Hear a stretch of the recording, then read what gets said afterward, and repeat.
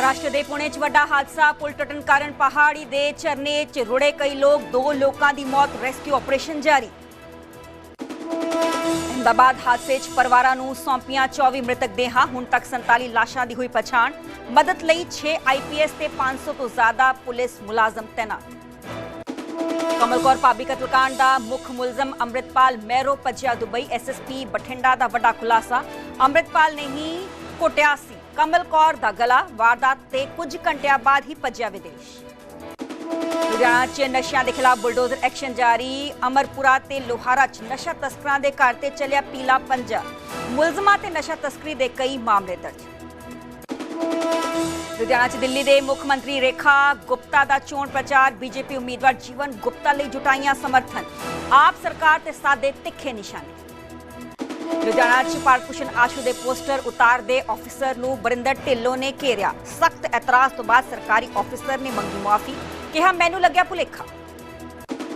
अमृतसर के मेहता चौक नेड़े एनकाउंटर असला रिकवरी दौरान मुलजम ने पुलिस से की फायरिंग। जवाबी कार्रवाई च बदमाश की लच लगी गोली। गुरुग्राम च लैम्बोर्गिनी कार स्टंटबाजी। गोल्फ कोर्स रोड ते रेस लगा रही सी कार चालक। कई वाहनों के नाल टक्कर होने तो भी होया बचा। सोनीपत के सिविल हस्पताल जबरदस्त हंगामा। एंबूलेंस ना मिलन ते परिवार ने जताया रोस। बच्चे का इलाज करवाउण हस्पताल पहुंचा सी परिवार।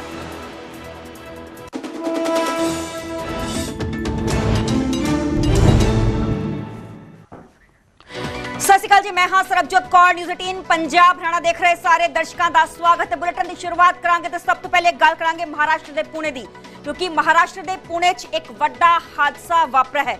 पुल टुटन के करके कई लोगों की मौत हो चुकी है तो कई लोग पानी के तेज बहाव के नाल रुड़ गए हैं। दरअसल पुल टुटन के करके पहाड़ी ते झरने च कई लोग रुड़ गए हैं।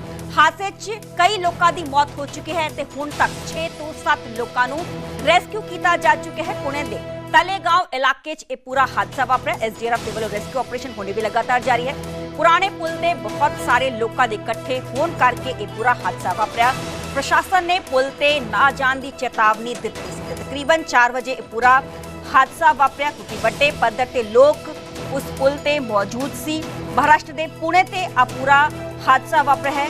कुंडमाला पिंड है जिथे दे कोल तकरीबन 4 बजे इंद्रायणी नदी ते बनया होया पुल जो है उसका एक हिस्सा टुट गया, क्योंकि जदों ये पूरा हादसा वापरा बड़े पद्धर से जो लोग सी सैलानी सी उस पुल ते मौजूद सी।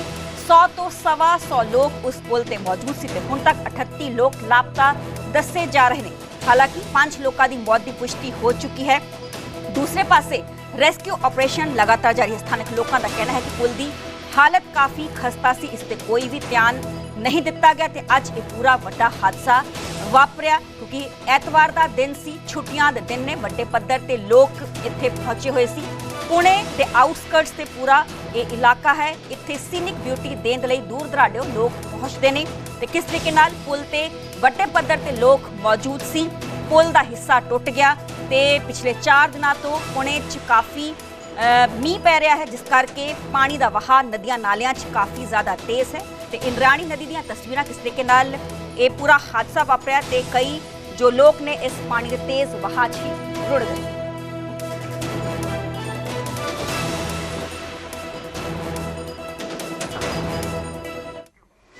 अगे वधंगे गल करांगे अहमदाबाद हादसे की। अहमदाबाद हादसे नाल जुड़ी वड्डी खबर का जिक्र कर रहे हैं। परिवारक मैंबरां नूं हुण 24 मृतक देहां सौंपियां गईयां ने। सारी मृतक देहां देण च दरअसल 3 तो 4 दिन का समा लग सकता है। हुण तक 47 DNA सैंपल मैच किए जा चुके हैं। कुछ परिवारक मैंबर्स के DNA सैंपल्स लए गए सी।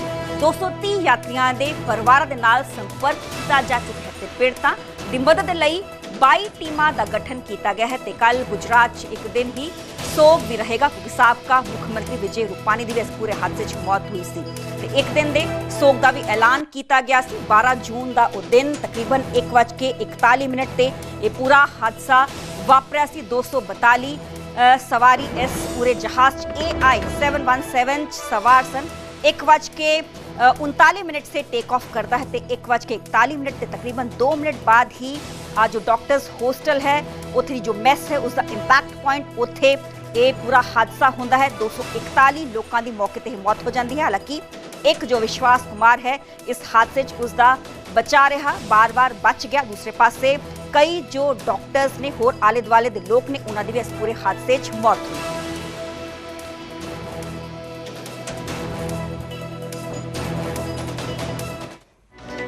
सोशल मीडिया इन्फ्लुएंसर कमल कौर भाभी नूं खुद अमृतपाल महरों ने ही गला घोट के मौत दे घाट उतारिया ते वारदात नूं अंजाम देने तो बाद तुरंत ही दुबई लई फरार हो गया।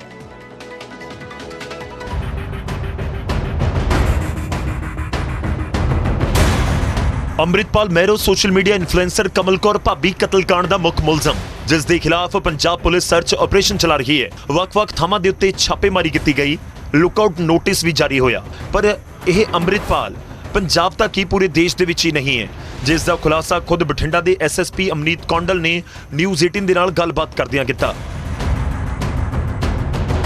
7 ਤਰੀਕ ਤੋਂ ਹੀ ਅੰਮ੍ਰਿਤਪਾਲ ਵਾਰ-ਵਾਰ ਉਹਦੇ ਘਰ ਜਾ ਰਿਹਾ ਸੀ। 9 ਤਰੀਕ ਨੂੰ ਜਦੋਂ ਲੜਕੀ ਫਾਈਨਲੀ ਮੰਨ ਗਈ ਕਿ ਇੱਥੇ ਇੱਕ ਕਾਰ ਦੇ ਸ਼ੋਰੂਮ ਦਾ ਪ੍ਰਮੋਸ਼ਨ ਦੇ ਨਾਲ ਉਹਨੂੰ ਕਿਹਾ ਗਿਆ ਕਿ ਤੇਰੀ ਗੱਡੀ ਨੂੰ ਵੀ ਅਸੀਂ ਥੋੜਾ ਰੈਨੋਵੇਟ ਵਗੈਰਾ ਕਰਾ ਦਾਂਗੇ। So she agreed to come with them। ਫਿਰ ਇਹ ਤਿੰਨੋਂ ਮਿਲ ਕੇ ਉਹਨੂੰ ਗੱਡੀ 'ਚ ਹੀ ਬੈਠ ਕੇ ਉਹਦੇ ਆਇਆ ਜਿਹੜਾ ਅੰਮ੍ਰਿਤਪਾਲ ਹੈ, ਔਰ ਬਾਕੀ 2 ਮੁੰਡੇ ਐਨ ਸਕੋਰਪੀਓ 'ਚ ਆਏ ਤੇ ਇੱਥੇ ਜਦੋਂ ਉਹਦੀ ਗੱਡੀ ਦਾ ਕੰਮ ਕਰਾ ਕੇ ਰਾਤ ਤੱਕ ਕੰਮ ਚੱਲਦਾ ਰਿਹਾ। ਉਸ ਤੋਂ ਬਾਅਦ ਇਹਨਾਂ ਨੇ ਪੂਰੀ ਗਿਣੀ ਮਿਥੀ ਸਾਜ਼ਿਸ਼ ਨਾਲ ਇਸ ਲੜਕੀ ਦਾ ਕਤਲ ਕੀਤਾ, ਜਿਹਦੇ 'ਚ ਅੰਮ੍ਰਿਤਪਾਲ ਨੇ ਆਪ ਇਹਦਾ ਗਲਾ ਘੁੱਟਿਆ ਤੇ ਦੋਨੋਂ ਮੁੰਡਿਆਂ ਨੇ ਉਹਨੂੰ ਜਦੋਂ ਫਾਹਾ ਕਮਰ ਕਸ ਨਾਲ ਲਾਇਆ। अमृतपाल महरो ना सिर्फ इस कतलकांड का मास्टरमाइंड सी, सगों खुद ही पूरी वारदात को अंजाम दिता, जिसने कमल कौर की रेकी की, पहला भरोसे दे विच लैके ते फिर कतल करके फरार हो गया। ਜਿਹੜਾ ਅੰਮ੍ਰਿਤਪਾਲ ਹੈ ਇਹ ਸਿੱਧਾ ਅੰਮ੍ਰਿਤਸਰ ਜਾ ਕੇ ਇਹਨੇ ਇੰਟਰਨੈਸ਼ਨਲ 에ਅਰਪੋਰਟ ਤੋਂ ਯੂਨਾਈਟਿਡ ਅਰਬ ਐਮੀਰੇਟਸ ਦੀ ਇਹਨੇ ਫਲਾਈਟ ਲੈ ਲਈ ਉਸੇ ਦਿਨ। ਉਹਦਾ ਲੁੱਕਆਊਟ ਸਰਕੂਲਰ ਜਾਰੀ ਕਰਾ ਲਿਆ, ਜਿਹੜਾ ਇੱਕ ਪ੍ਰੋਸੀਜਰ ਹੁੰਦਾ ਹੈ ਜਿਹੜੇ ਸਾਰੇ ਹੀ ਇੰਡੀਆ ਦੇ 에ਅਰਪੋਰਟਸ ਤੇ ਜਦੋਂ ਵੀ ਇੱਥੇ ਲੈਂਡ ਹੋਏਗਾ ਤੇ ਕੰਸਰਨਡ ਇਮੀਗ੍ਰੇਸ਼ਨ ਅਥਾਰਟੀ ਸਾਨੂੰ ਕਨਵੇ ਕਰ ਦੇਣਗੇ ਐਂਡ ਵੀ ਕੈਨ ਅਰੈਸਟ ਹਿਮ। ਉਸ ਦੇ ਨਾਲ ਨਾਲ ਨਾਓ ਦੈਟ ਸਾਨੂੰ ਪਤਾ ਲੱਗ ਗਿਆ ਹੈ ਕਿ ਇਹ ਯੂਨਾਈਟਿਡ ਅਰਬ ਐਮੀਰੇਟਸ 'ਚ ਪਹੁੰਚ ਗਿਆ। So we will tie up with them through the proper channel so that ਸਾਨੂੰ ਉੱਥੋਂ ਹੀ ਡਿਟੇਨ ਹੋ ਪਾਏ। ਜ਼ਿਕਰ ਖਾਸ ਹੈ ਕਿ ਕਮਲ ਕੌਰ ਦੀ ਲਾਸ਼ ਬਠਿੰਡਾ ਦੇ ਵਿੱਚ ਖੜੀ ਉਸਦੀ ਗੱਡੀ ਦੇ ਵਿੱਚੋਂ ਹੀ ਬਰਾਮਦ ਹੋਈ ਸੀ। ਇਸ ਵਾਰਦਾਤ ਤੋਂ ਬਾਅਦ ਇਨਫਲੂਐਂਸਰ ਦੀਪਿਕਾ ਲੂਥਰਾ ਤੇ ਪ੍ਰੀਤ ਜੱਟੀ ਨੂੰ ਵੀ ਧਮਕੀਆਂ ਗਈਆਂ ਤੇ ਉਹਨਾਂ ਨੇ ਅਮਰਿਤਪਾਲ ਦੇ ਉੱਤੇ ਜਾਨ ਤੋਂ ਮਾਰਨ ਦੀ ਧਮਕੀ ਦੇਣ ਦੇ ਇਲਜ਼ਾਮ ਲਗਾਏ। ਬਠਿੰਡਾ ਤੋਂ ਉਮੇਸ਼ ਸਿੰਗਲਾ, ਨਿਊਜ਼ 18 ਪੰਜਾਬ। अमृतपाल महरो दे दो साथी 3 दिनों के पुलिस रिमांड ते चले गए। बठिंडा कोर्ट ने पुलिस नूं 3 दिनों का रिमांड दिता है। जबकि 2 मुलजमां नूं बठिंडा कोर्ट च अज दोपहर वेले पेश किया गया सी। कमल कौर भाभी कतलकांड च गिरफ्तारी पुलिस ने की सी। निमरतजीत ते जसप्रीत की गिरफ्तारी हुई सी, जो पहला उन्होंने कोर्ट च पेश किया गया सी। 2 दिनों का रिमांड हासिल किया गया सी। अज वो रिमांड खत्म होया, दोबारा तो उन्होंने कोर्ट च पेश किया गया। दोपहर वेले दी तस्वीरां ते अज पुलिस दे वल्लों 3 दिनों का इन्हां दा रिमांड हासिल कर लिया। पहली गल तो उन्होंने वीडियो को असीं सच ही नहीं मानते, क्योंकि अजकल जो जमाना AI का है, वो जो मर्जी हो सकता है, जो मर्जी कोई चेंज कर सकता है। वो गल्लां एडमिसिबल जिहड़ियां गल्लां है नहीं। सो इन्होंने 7 दिन का रिमांड मंगया, फर्दर कोई रिकवरी नहीं करनी। प्रमाणयोग अदालत ने जिहड़ा इन्होंने 3 दिन का रिमांड दे दित्ता। सोशल मीडिया रेप की कोई गल नहीं आई, ना कोई अजिही गल होई है उस दे विच। सिंपल एक जिवें आम एक मर्डर हुंदा है, वो मर्डर है, किस ने किया है, क्यों किया है, ये गल्लां तां अगे चलाण चाहणगे। गल करांगे social media influencer Deepika Luthra दी। दीपिका लूथरा नूं हाले भी धमकियां मिल रही ने, क्योंकि ईमेल दे राही हुण दीपिका लूथरा नूं जानू मारन दी धमकियां दित्तियां जा रही ने। बब्बर खालसा इंटरनेशनल दे नाम ते ये थ्रेट कॉल्स आईयां ने। ईमेल च प्रीत जट्टी दा सौदा लगाउण दा जिक्र किया गया है। ईमेल च दोहां ते 24 घंटे नज़र रखे जाने की गल भी आखी गई है। दस के दोहां नूं घरों सोच समझ के निकलन की चेतावनी दी गई है। दीपिका लूथरा ते प्रीत जट्टी वालों सुरक्षा की मांग भी की गई है। उधर दीपिका लूथरा की शिकायत ते अमृतसर च अमृतपाल महरो के खिलाफ FIR भी दर्ज कर ली गई है।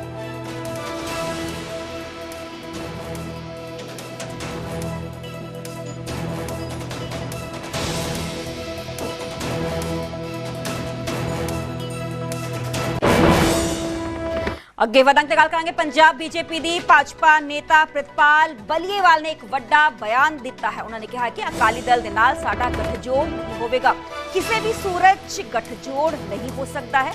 बलीएवाल ने इस गल का जिक्र किया। दरअसल बीते दिनी बलविंदर सिंह भुंदर जो कि श्रोमणी अकाली दल के कार्यकारी प्रधान ने, उन्होंने एक वड्डा बयान दिता सी, गठजोड़ नूं लैके संकेत दिते सी।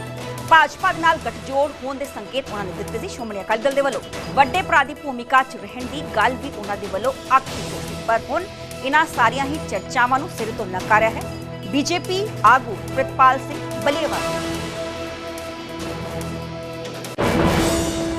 ਕੱਲ੍ਹ ਦੀ ਇੱਕ ਅਫਵਾਹ ਅਕਾਲੀ ਦਲ ਦੇ ਆਗੂਆਂ ਵੱਲੋਂ ਫੈਲਾਈ ਜਾ ਰਹੀ ਹੈ ਕਿ ਕੋਈ ਸਾਡੀ ਗੱਲਬਾਤ ਬੀਜੇਪੀ ਦੀ ਇਹਨਾਂ ਨਾਲ ਚੱਲ ਰਹੀ ਹੈ, ਇਹਨਾਂ ਦੇ ਕਿਸੇ ਲੀਡਰ ਨਾਲ ਚੱਲ ਰਹੀ ਹੈ ਜਾਂ ਇਹਨਾਂ ਦੇ ਕਿਸੇ ਅਕਾਲੀ ਦਲ ਦੇ ਗਰੁੱਪ ਨਾਲ ਚੱਲ ਰਹੀ ਹੈ।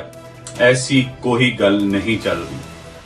ਸਾਡੀ ਸੀਨੀਅਰ ਲੀਡਰਸ਼ਿਪ, ਚਾਹੇ ਉਹ ਬੀਜੇਪੀ ਪੰਜਾਬ ਦੀ ਹੋਵੇ ਤੇ ਚਾਹੇ ਸਾਡੀ ਕੇਂਦਰ ਦੀ ਲੀਡਰਸ਼ਿਪ ਵੱਲੋਂ ਸਪਸ਼ਟ ਸੁਨੇਹਾ ਹੈ ਕਿ ਸਾਡੀ ਕਿਸੇ ਤਰ੍ਹਾਂ ਦੀ ਗੱਲਬਾਤ, ਕੋਈ ਸਮਝੌਤੇ ਦੀ ਗੱਲਬਾਤ किसी भी अकाली ग्रुप ना, किसी भी अकाली आगू नाल नहीं चल सकता है।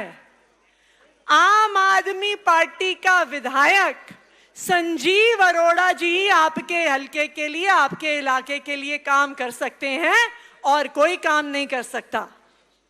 पंजाब में भगवंत मान जी की सरकार है, आम आदमी पार्टी की सरकार है, तो अगर कोई काम करवा पाएगा तो वो आम आदमी पार्टी का ही विधायक काम करवा पाएगा, किसी और पार्टी का विधायक काम नहीं करवा पाएगा। मान लीजिए हमने जो सामने खड़े हैं आशु जी, उनको वोट डाल दी। कई लोग मुझे कह रहे थे अभी जब मैं आई लुधियाना कि जी वो तो बहुत पुराने हैं, वो 10 साल विधायक रहे, हम उन्हें बचपन से जानते हैं। ऐसी बातें चल रही हैं कि नहीं चल रही? अगर आपने उनको वोट डाल दिया तो आपको क्या मिलेगा? आपको मिलेगा एक विपक्ष का विधायक जो चुनाव से पहले ही भगवंत मान साहब से झगड़ा कर रहा है, चुनाव के बाद भी, जीतने के बाद भी से झगड़ा करता रहेगा। बताइए सही कह रही हूं, गलत कह रही हूं? तो झगड़ा करने वाला विधायक काम करवा पाएगा कि संजीव अरोड़ा जी काम करवा पाएंगे? किस किस को लगता है संजीव अरोड़ा जी काम करवा पाएंगे? जरा हाथ खड़े करके दिखा दीजिए, मीडिया वाले भी दिखा दें। पूरे इलाके को लगता है संजीव अरोड़ा जी काम करवा पाएंगे। आशु जी तो अभी से ही झगड़ा कर रहे हैं, मैं टीवी पे देखती हूं। रोज मान साहब को कुछ उल्टा सीधा कहते हैं, रोज कुछ उल्टा सीधा कहते हैं। अब रोज रोज गाली गलौज करने वाला, सीएम साहब से झगड़ा करने वाला, बताइए काम करवा पाएगा क्या? बताओ जी, काम करवा पाएगा? नहीं करवा पाएगा। तो इसलिए हमें उसे ही वोट देना है जो काम करवाएगा। दूसरी बात, जब आप संजीव अरोड़ा जी को वोट देंगे, जब आप 19 तारीख को झाड़ू का बटन दबाएंगे, आप सिर्फ एक विधायक नहीं चुन रहे, आप एक मंत्री चुन के भेज रहे हैं अपने हलके से पंजाब की सरकार में।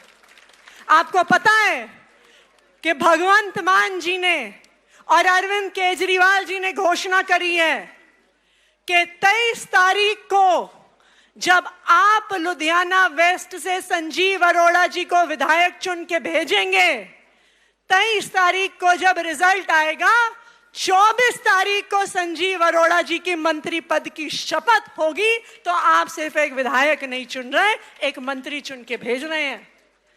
अब आप बताओ जी, क्या एक विपक्ष का विधायक काम करवा पाएगा कि पंजाब सरकार का मंत्री काम करवाएगा? बताओ जी, मंत्री करवाएगा, विपक्ष का विधायक करवाएगा? मंत्री करवाएगा ना। मंत्री के पास तो अपना फंड होता है, मंत्री सरकार का पैसा ला सकता है, मंत्री सड़कें बनवा सकता है, ट्रांसफार्मर लगवा सकता है, पानी की लाइनें डलवा सकता है, ब्यूटिफिकेशन करवा सकता है कि नहीं करवा सकता? तो अगर हम अपने इलाके में काम चाहते हैं तो 19 तारीख को कौन सा बटन दबाना है? कौन सा बटन दबाना है? एक नंबर पे झाड़ू का बटन दबाना है। और आखिरी में एक छोटी सी बात कहूंगी, जब हम किसी को चुन के भेजते हैं, जब हम किसी को अपना प्रतिनिधि बनाते हैं, अपना विधायक बनाते हैं, एक ऐसे व्यक्ति को बनाना चाहते हैं जो हर सुख दुख में हमारे साथ रहे, कि जब हम परेशान हो हम फोन उठा के उसको कह सकें कि जी हमें हॉस्पिटल का काम है, हमारे इलाके में दिक्कत है, पानी की समस्या है, ये चाहते हैं कि नहीं चाहते? तो एक तरफ जो सामने खड़े हैं सब जानते हैं कि कितना अहंकार है उस आदमी में। बताइए सही कह रही हूं गलत कह रही हूं? उनकी गाली गलौज के बारे में सब जानते हैं कि नहीं जानते? देखो जी, चुनाव के समय तो सब हाथ जोड़ के आते हैं, चुनाव के समय तो सब पांव पड़ते हैं, लेकिन सबने 10 साल तक देखा है कि कितना गुस्सा, कितना अहंकार उस आदमी में है, आम लोगों का कितना अपमान करता है। बताइए सही कह रही हूं गलत कह रही हूं? और दूसरी तरफ संजीव अरोड़ा जी जो मिलनसार हैं। मैं तो जब से संजीव अरोड़ा जी को जानती हूं, जब भी मिलते हैं मुस्कुराते रहते हैं। एक परिवार के सदस्य की तरह हर इंसान से मिलते हैं और उस आदमी में काम करने का इतना जज्बा है। 3 महीने हुए जब से यहां से वो विधानसभा के कैंडिडेट घोषित हुए। हमें तो पार्टी में ऐसा लगता है वो 3 महीने से प्रचार कम कर रहे हैं, इलाके का काम ज्यादा कर रहे हैं।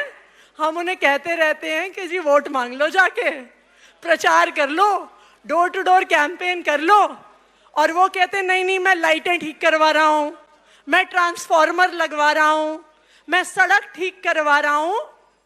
तो जो आदमी चुनाव से पहले इतना काम करवा सकता है, अभी आपने चुन के भी नहीं भेजा, तो आप सोचिए चुनाव जीतने के बाद कितना काम करवाएगा वो आदमी। ऐसे आदमी को हमें चुन के भेजना है। संजीव अरोड़ा जी एक ऐसे आदमी है जिनका दिल हर गरीब, हर परेशान के लिए धड़कता है। शायद आपको पता हो, मैंने सबसे पहले जब संजीव अरोड़ा जी का नाम सबसे ज्यादा सुना था, वो तब था जब एक गरीब बच्चे को एक 16 करोड़ का इंजेक्शन चाहिए था। न्यूज़पेपर में खबर आई कि एक गरीब परिवार के बच्चे को एक बहुत भयंकर बीमारी है, ऐसी बीमारी जिसका कोई इलाज नहीं है। माता पिता ने पता किया। देखिए, जब अपने परिवार का बच्चा होता है तो इंसान हर दरवाजा खटखटाता है। तो पता किया कि उस बीमारी का इलाज सिर्फ एक इंजेक्शन से हो सकता है, और वो इंजेक्शन 16 करोड़ का आता है। आप बताइए, एक सामान्य परिवार के बाद पास 16 करोड़ कहां से आएंगे? पुश्तें लग जाती हैं इतने पैसे किसी परिवार के पास होने में। संजीव अरोड़ा जी ने इस बच्चे के बारे में अखबार में पढ़ा। वो जानते नहीं थे इस बच्चे को, वो जानते नहीं थे इस परिवार को, लेकिन जब उन्होंने इस परिवार के बारे में अखबार में पढ़ा, उन्होंने इस परिवार को अपने घर बुलाया, और जिस दिन तक वो 16 करोड़ इकट्ठे नहीं हुए, वो अपने घर पे नहीं बैठे। उन्होंने अपने हर जान पहचान वाले, हर अमीर बिजनेसमैन, बॉम्बे के बड़े बड़े फिल्म स्टारों के घर तक वो पहुंच गए, जब तक उन्होंने उस बच्चे के इलाज के लिए 16 करोड़ रुपए नहीं इकट्ठे कर लिए। ऐसे आदमी हैं संजीव अरोड़ा जी। आप सोचिए, जो उस बच्चे को जानता तक नहीं, जिस परिवार को वो जानते भी नहीं, अगर उसके लिए इतना कुछ कर सकते हैं तो अपने इलाके के लिए क्या करेगा वो आदमी। तो 19 तारीख को आप सब लोग सुबह सुबह सबसे पहले, क्योंकि आजकल गर्मी बहुत है, ज्यादा देर कर दी तो फिर घर से बाहर निकलने में हिचक लगेगी।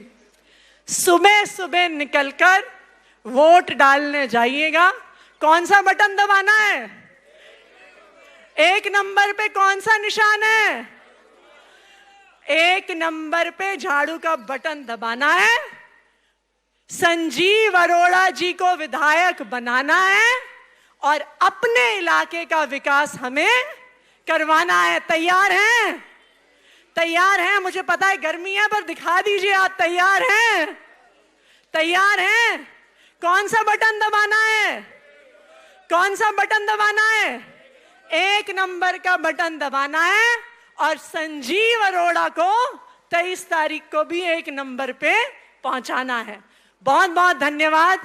जय हिंद, जय भारत, सत श्री अकाल।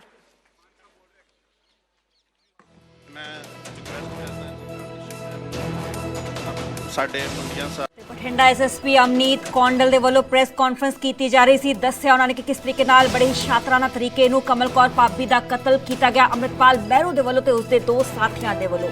ਕਤਲ ਵੇਲੇ ਅੰਮ੍ਰਿਤਪਾਲ ਮਹਿਰੂ ਨਾਲ ਹੀ ਮੌਜੂਦ ਸੀ। ਯੂਏ ਭੱਜ ਗਿਆ ਹੈ ਅੰਮ੍ਰਿਤਪਾਲ ਮਹਿਰੂ ਜਦੋਂ ਉਸਦੀ ਟਰੈਵਲ ਹਿਸਟਰੀ ਖੰਗਾਲੀ ਗਈ ਤੇ ਪਤਾ ਚੱਲਿਆ ਕਿ ਕਤਲ ਕਰਨ ਤੋਂ ਕੁਝ ਘੰਟੇ ਬਾਅਦ ਹੀ ਜੋ ਅੰਮ੍ਰਿਤਸਰ ਦਾ ਇੰਟਰਨੈਸ਼ਨਲ 에ਅਰਪੋਰਟ ਹੈ ਉੱਥੋਂ ਫਲਾਈਟ ਬੋਰਡ ਕਰਕੇ ਯੂਨਾਈਟਿਡ ਅਰਬ ਐਮਿਰੇਟਸ ਭੱਜ ਗਿਆ ਹੈ। ਹੁਣ ਐਸਐਸਪੀ ਨੇ ਇਸ ਗੱਲ ਦਾ ਜ਼ਿਕਰ ਕੀਤਾ ਕਿ ਰਿਪੋਰਟ ਅਸੀਂ ਕਰਵਾਉਣ ਦਾ ਪ੍ਰੋਸੀਜਰ ਫੋਲੋ ਕਰ ਰਹੇ ਹਾਂ।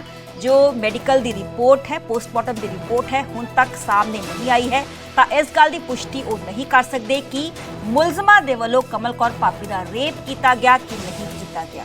ਤੇ ਮਹਿਰੂ ਨੇ ਅੰਮ੍ਰਿਤਸਰ ਤੋਂ ਯੂਨਾਈਟਿਡ ਅਰਬ ਐਮਿਰੇਟਸ ਦੀ ਫਲਾਈਟ ਫੜੀ ਸੀ। ਕਿਸ ਤਰੀਕੇ ਨਾਲ ਦੱਸਿਆ ਕਿ ਤਕਰੀਬਨ 3 ਮਹੀਨੇ ਤੋਂ ਲਗਾਤਾਰ ਪਲਾਨਿੰਗ ਕੀਤੀ ਜਾ ਰਹੀ ਸੀ ਕਿ ਕਮਲ ਕੌਰ ਭਾਬੀ ਨੂੰ ਕਿਸ ਤਰੀਕੇ ਨਾਲ ਮੌਤ ਦੇ ਘਾਟ ਉਤਾਰਿਆ ਜਾਏ। 3 ਮਹੀਨੇ ਉਸਦੀ ਰੇਕੀ ਕੀਤੀ, ਉਸਦੀ ਪੂਰੀ ਮੂਵਮੈਂਟ ਨੂੰ ਟ੍ਰੇਸ ਕੀਤਾ। 7 ਜੂਨ ਨੂੰ ਮਹਿਰੂ ਨੇ ਪ੍ਰਮੋਸ਼ਨ ਦਾ ਬਹਾਨਾ ਲਗਾ ਕੇ ਕਮਲ ਕੌਰ ਨਾਲ ਸੰਪਰਕ ਕੀਤਾ। 8 ਜੂਨ ਨੂੰ ਮਹਿਰੂ, ਜਸਪ੍ਰੀਤ ਤੇ ਨਿਮਰਤ ਕਮਲ ਕੌਰ ਨੂੰ ਨਾਲ ਲੈ ਕੇ ਗਏ। ਭੂਚੋ ਨੇੜੇ ਪਹੁੰਚ ਕੇ ਤਿੰਨਾਂ ਨੇ ਕਮਲ ਕੌਰ ਦੇ ਨਾਲ ਧੱਕਾ-ਮੁੱਕੀ ਕੀਤੀ। ਥੱਪੜ ਮਾਰ ਕੇ ਕਮਲ ਕੌਰ ਦੇ ਦੋਵੇਂ ਫੋਨ ਉਸਦੇ ਕੋਲੋਂ ਖੋਲੇ, ਉਸਦੇ ਪਾਸਵਰਡ ਹਾਸਲ ਕੀਤੇ। ਤਿੰਨਾਂ ਨੇ ਕਮਲ ਨੂੰ ਗੱਡੀ 'ਚ ਪਾ ਕੇ ਉਸਦਾ ਬੇਰਹਿਮੀ ਨਾਲ ਗਲਾ ਘੋਟ ਦਿੱਤਾ। ਐਸਐਸਪੀ ਨੇ ਕਿਹਾ ਕਿ ਵਾਰਦਾਤ ਤੋਂ ਬਾਅਦ ਮਹਿਰੂ 에ਅਰਪੋਰਟ ਗਿਆ। ਪੂਰੀ ਪਲੈਨਿੰਗ ਤਹਿਤ ਮਹਿਰੂ ਨੇ ਯੂਨਾਈਟਿਡ ਅਰਬ ਐਮਿਰੇਟਸ ਦੀ ਫਲਾਈਟ ਬੋਰਡ ਕੀਤੀ ਤੇ ਉੱਥੋਂ ਭੱਜ ਗਿਆ। ਮਹਿਰੂ ਨੂੰ ਰਿਪੋਰਟ ਕਰਵਾਉਣ ਦੀ ਕੋਸ਼ਿਸ਼ ਸਾਡੇ ਵੱਲੋਂ ਕੀਤੀ ਜਾਏਗੀ। ਰੇਪ ਬਾਰੇ ਅੱਜ ਤੱਕ ਕੋਈ ਵੀ ਪੁਸ਼ਟੀ ਸਾਡੇ ਵੱਲੋਂ ਨਹੀਂ ਕੀਤੀ ਜਾ ਸਕਦੀ ਕਿਉਂਕਿ ਪੋਸਟਮਾਰਟਮ ਰਿਪੋਰਟ ਹੁਣ ਤੱਕ ਸਾਹਮਣੇ ਨਹੀਂ ਆਈ ਹੈ। ਪੋਸਟਮਾਰਟਮ ਰਿਪੋਰਟ 'ਚ ਖੁਲਾਸਾ ਹੋਏਗਾ ਕਿ ਰੇਪ ਕੀਤਾ ਗਿਆ ਕਿ ਨਹੀਂ।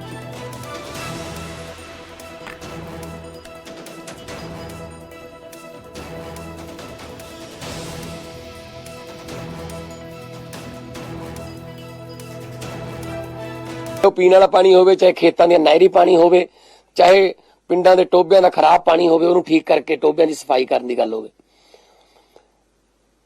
ਅਸੀਂ ਚਾਹੁੰਦੇ ਹਾਂ ਕਿ ਉਹ ਮਸਲੇ ਜਿਹੜੇ 70 ਸਾਲ ਤੋਂ ਖੜੇ ਨੇ, ਉਲਝੇ ਪਏ ਨੇ, ਉਹ ਠੀਕ ਰਹਿਣ, ਉਹ ਠੀਕ ਹੋ ਜਾਣ। ਤੇ ਨਹੀਂ ਤਾਂ ਲੀਡਰ ਆਉਂਦੇ ਨੇ ਜਾਂਦੇ ਨੇ, ਸਰਕਾਰਾਂ ਆਉਂਦੀਆਂ ਨੇ ਜਾਂਦੀਆਂ ਨੇ, ਕੋਈ ਫਾਇਦਾ ਨਹੀਂ। ਸੋ ਸੰਜੀਵ ਅਰੋੜਾ ਜੀ ਬਾਰੇ ਤੁਹਾਨੂੰ ਦੱਸ ਚੁੱਕਿਆ ਸਾਰਾ ਕੁਝ ਕਿ ਉਹ ਖੁਦ ਕੰਮਾਂ ਦੀ ਰਾਜਨੀਤੀ ਕਰਦੇ ਆ। ਹਾਲਾਂਕਿ ਰਾਜ ਸਭਾ ਮੈਂਬਰ ਵਾਸਤੇ ਕੋਈ ਜ਼ਰੂਰੀ ਨਹੀਂ ਹੁੰਦਾ ਕਿ ਉਹ ਪਬਲਿਕ 'ਚ ਜਾਵੇ ਕਿਉਂਕਿ ਉਹਨਾਂ ਨੂੰ ਤਾਂ ਐਮਐਲਏ ਦੀਆਂ ਵੋਟਾਂ ਪੈਂਦੀਆਂ ਹੁੰਦੀਆਂ ਨੇ। ਸੋ ਪਰ ਸੰਜੀਵ ਅਰੋੜਾ ਜੀ ਰਾਜ ਸਭਾ ਦੇ ਮੈਂਬਰ ਹੋ ਕੇ ਵੀ ਲੋਕਾਂ 'ਚ ਹੀ ਰਹਿੰਦੇ ਆ, ਪਹਿਲਾਂ ਤੋਂ ਵੀ ਲੋਕਾਂ 'ਚ ਰਹਿੰਦੇ ਆ। ਸੋ ਅਸੀਂ ਉਹਨਾਂ ਨੂੰ ਫਿਰ ਕਿਹਾ ਕਿ ਲੋਕਾਂ 'ਚ ਰਹਿ ਕੇ ਜੇ ਤੁਹਾਨੂੰ ਸਕੂਨ ਮਿਲਦਾ ਤਾਂ ਤੁਸੀਂ ਲੋਕਾਂ ਵਾਲੇ ਪਾਸੇ ਚਲੇ ਜਾਓ ਤਾਂ ਜ਼ਰੂਰ ਤੁਹਾਨੂੰ ਹੋਰ ਵੀ ਵੱਧ ਕੰਮ ਕਰਨ ਦਾ ਮੌਕਾ ਮਿਲੂਗਾ। ਤਾਂ ਮੇਰੇ ਨਾਲ ਜਦੋਂ ਉਹ ਵਿਧਾਨ ਸਭਾ 'ਚ ਆਉਣਗੇ, ਇਹ ਅਸੀਂ ਤੁਹਾਨੂੰ ਪਹਿਲਾਂ ਹੀ ਕਹਿ ਚੁੱਕੇ ਹਾਂ ਲੁਧਿਆਣਾ ਪੱਛਮੀ ਦੇ ਸਾਰੇ ਵਸਨੀਕਾਂ ਨੂੰ ਕਿ 19 ਤਰੀਕ ਨੂੰ ਝਾੜੂ ਵਾਲਾ ਬਟਨ ਦੱਬ ਕੇ ਵਿਧਾਨ ਸਭਾ ਦੀਆਂ ਪੌੜੀਆਂ ਚੜਾਉਣਾ ਤੁਹਾਡੀ ਜ਼ਿੰਮੇਵਾਰੀ। ਵਿਧਾਨ ਸਭਾ ਤੋਂ ਮੰਤਰੀ ਮੰਡਲ ਤੱਕ ਦੀਆਂ ਪੌੜੀਆਂ ਚੜਾਉਣ ਦਾ ਜ਼ਿੰਮੇਵਾਰੀ ਜਿਹੜੀ ਹੈ ਉਹ ਸਾਡੀ ਹੈ ਤਾਂ ਕਿ ਤੁਹਾਡੇ ਕੰਮ ਖੁੱਲ ਕੇ ਹੋ ਸਕਣ, ਤੁਹਾਡੇ ਸਕੂਲ ਬਣ ਸਕਣ, ਇਲਾਕੇ 'ਚ ਹਸਪਤਾਲ ਠੀਕ ਹੋ ਜਾਣ, ਹੋਰ ਵਧੀਆ ਬਣ ਜਾਣ। ਸੀਵਰੇਜ ਦਾ ਕੰਮ ਜਾਂ ਕੋਈ ਹੋਰ ਕੰਮ ਰਹਿੰਦਾ ਤਾਂ ਉਹ ਵੀ